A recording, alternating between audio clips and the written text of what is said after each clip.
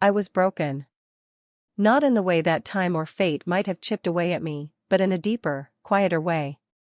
It wasn't physical, but something inside had cracked, piece by piece, until there was nothing left but fragments of who I once was. It started innocently enough, with life just going on. But then, one by one, things began to unravel.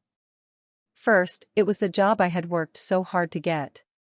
The dream job that turned into a nightmare. I didn't see it coming, how quickly things would change. The endless hours, the pressure, the endless cycle of feeling like I was never enough. And then there was the relationship. I thought it was strong, built on mutual trust and love. But love, as I learned, can fade quietly. One conversation here, one forgotten promise there. It's not that we stopped loving each other, but somehow, we lost ourselves in the process. I tried to hold on. I kept smiling, kept pretending, kept telling myself I was fine. But inside, something was crumbling. I woke up every day and wondered how long I could keep pretending that I was whole.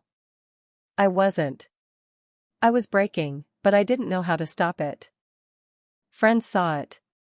Some asked if I was okay, but I would always answer, I'm fine. It became the easiest lie to tell.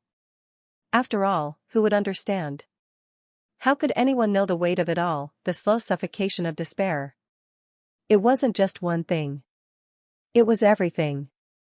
Every disappointment, every failure, every quiet, lingering sadness. I had become someone I didn't recognize, someone I didn't want to be.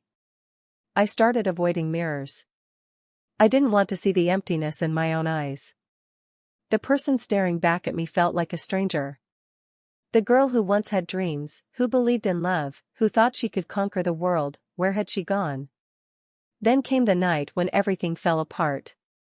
It wasn't dramatic, there were no tears, no loud cries.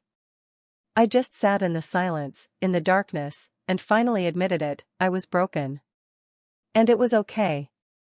In that moment, I realized that being broken wasn't the end. It was simply a part of the story. I had to learn to accept the cracks, the pieces that no longer fit, and the scars that remained. Healing wasn't about fixing everything, it was about learning to live with the broken parts of me.